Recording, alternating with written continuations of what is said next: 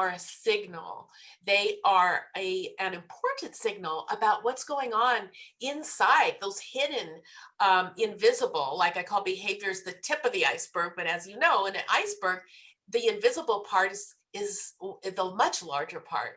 And that's where we want to pay more attention to, instead of just always drilling away at, oh no, this is a bad behavior. Let's try to fix it. So I'll give you a couple of examples. One typical example of many of the kids that I see in my practice is referrals from the school or from a pediatrician for the child having behaviors that are getting them in trouble, like a preschooler who's on the verge of getting kicked out of school, or a kindergartner who has an IEP and they're ending up being disruptive in class and getting sent to the counselor's office. And this is a sign of something that is what we can call a stress reaction or stress response. And so we can understand behaviors as really shifting them from looking at them as part of a diagnosis to looking at them as part of the child's lack of self-regulation. And once we look at that lack of self-regulation, it takes us away from blaming the child. It also takes us away from thinking that, oh, child, if you try hard enough, I know you can hold yourself together. Why did you do that? Why did you, hit somebody or grab something off of your friend's table? Why weren't you able to keep your hands to your body to yourself? And we don't ask those questions in such an accusatory way because we know why. The reason is that behaviors are adaptive in the bodies of our children.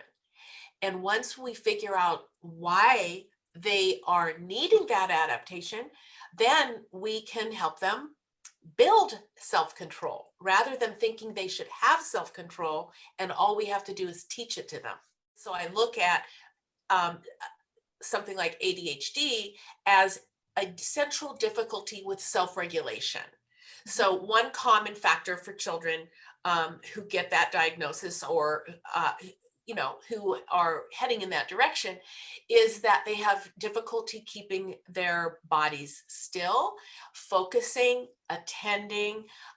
There are often difficulties with social interactions or peer play, and generally this self-regulation, which of course helps children do well in school and sit on their chairs and sit on their dots and listen to their mommies and daddies and all that stuff.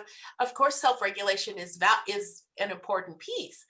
But if a child has a central difficulty with self-regulation, that means that the behavior is what we call bottom or body up. This is coming from the child's physiology, their brain-body connection, and not from their choice to have a busy body. So when we understand that we're talking about a very complex circuitry, that through our autonomic nervous system, through our nervous system, we are connected. Our bodies are getting in feedback from the environment, and then our brains are making decisions about the feedback instinctually. And so our children who have difficulties with self-regulation are kind of tossed and turned sometimes, and by all this feedback that their brain is trying to process. And what you might see is lack of organization, lack of inhibition for our behaviors, saying or doing things that they may know better, but they're happening instinctually, impulsively. And so this is what we want to understand, is that we really want to try to hold that child in a lot of warmth and regard, and understand that children do well if they can. And if they have a difficulty with self-control and impulse control, it's not that they're choosing to do this.